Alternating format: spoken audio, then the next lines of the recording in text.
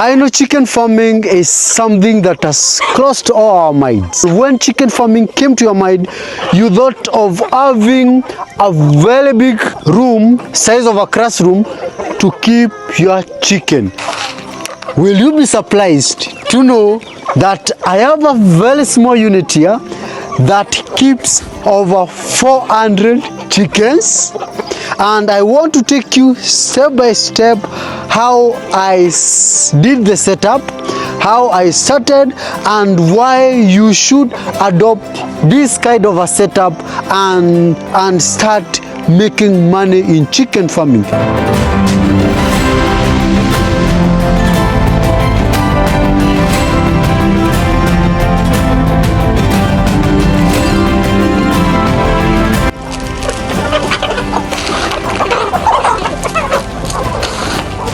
I know chicken farming is something that has crossed all our minds. It's something that you've thought for a while that you need to be a chicken farmer, or you've already started chicken farming, but there are other things that are pulling you back, and among them, where to keep your chicken. Because when you think about chicken farming, or when chicken farming came to your mind, you thought of having a very big room, size of a classroom, to keep your chicken. Will you be surprised to know that I have a very small unit here that keeps over 400 chickens? I know you're surprised. With me here, I'm left with 120 chicken that I'm keeping at the moment, but in full capacity in this chicken coop I keep over 400 chicken, and I want to take you step by step how I did the setup, how I started, and why you should adopt this kind of a setup and start making money in chicken farming. Just imagine 120 chicken multiplied by the cost of the chicken in your nearest market. For example, this one at the moment is going for 2,500, where I am even I've refused to sell this so that for regenerating purposes, and it is now the chief of this county. Imagine you have 100 of these.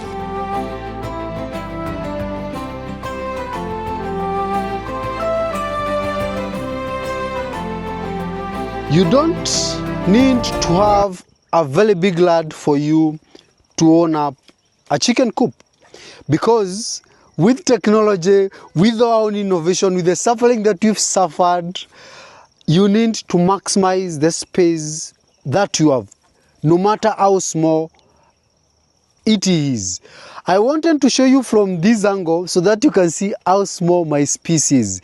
And the good thing about whatever I have at the moment is this one is tailor-made. You don't need to have as big as mine, or you don't need to have as small as mine. If your space allows you, have as big as you can, and have as small as you can, depending with the space of your coop. So in my coop, one thing you're going to realize is how everything is set up. You can see I have the upper part of the coop, which is the upstairs. I call it the upstairs, and we have the ground floor, which is now the downstairs. And in the ground floor, there is something I want you to check. In the ground floor, I have this unit, or I have the front of the ground floor. I have two fronts, which as this unit, and as also as the second unit, which is already a closed door. This is a closed door, and the same is happening, is repeating itself on the upstairs, which that door, and also the second door. Those already are 4 houses, and on the other side I have the same thing, which is 2 downstairs doors or 2 downstairs coop and 2 upstairs coop, and every coop here is carrying 50 plus chicken.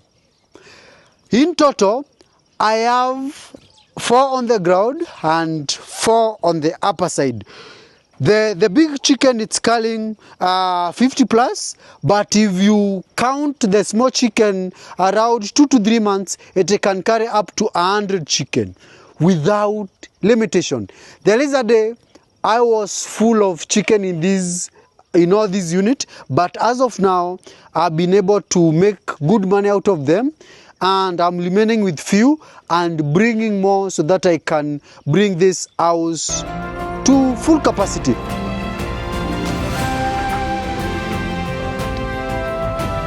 When I was starting my chicken coop, I started it strategically, and all my learning, all my case study were from farmers who failed. Why did I go to the farmers who failed? Because I wanted to know what are those reasons that made them fail. And I was able to learn from farmers who failed. Among the things that I learned from the failures of other farmers are there's so many things that have enabled me construct the house that I'm currently rearing my chicken. And so many farmers are experiencing the biggest problem is mortality, death. From nowhere, their chicken dies. From nowhere, they lose all their stocks. And that was among the first thing that I considered in constructing the chicken house. The ventilation is very crucial. Very crucial. You should not compromise on this, because this is where now the big deal is to prevent spreading of the disease, to have good air circulation, to have normal temperatures. Like I told you, this place usually gets very hot, so we need to achieve good temperatures for the chicken. And also, if you go to many farmers chicken coop, you'll be met with a very strong smell that is not good for your health as a farmer and also for your chicken. So by the ventilation, this is giving me a very good air circulation, preventing any buildup of bad smell that may affect the chicken. For the predators, the mongoose and everything are well taken care of. The netting and everything is well fixed. This kind of a coop allows me now to be able maybe to separate the sick chicken from the healthy one and put them in one unit, while the others are in other unit. But if you have just one big room for a chicken coop, sometimes it's very hard for you to separate them, and in case of a disease, it end up wiping all your chicken. In this unit, I told you I'm doing around 50 chicken plus in one unit. That means my chickens are very secure, they are very safe, and I'm pretty sure there cannot be outbreak of disease in all coops. Maybe it starts from one, and I'm able to control that. And my biggest flex is all my chicken, because they're indigenous chicken and improved indigenous chicken, we call them improved kienyeji. They are all scavengers. So in the evening or in the afternoon, we usually set them free for them to come and eat from the field to get greens and also some insect from the field. So hope you've learned something from our today's training, and if this is your first time that you're watching me, comment, like, share, and don't forget to subscribe to this YouTube channel so that we can continue learning together. Bye.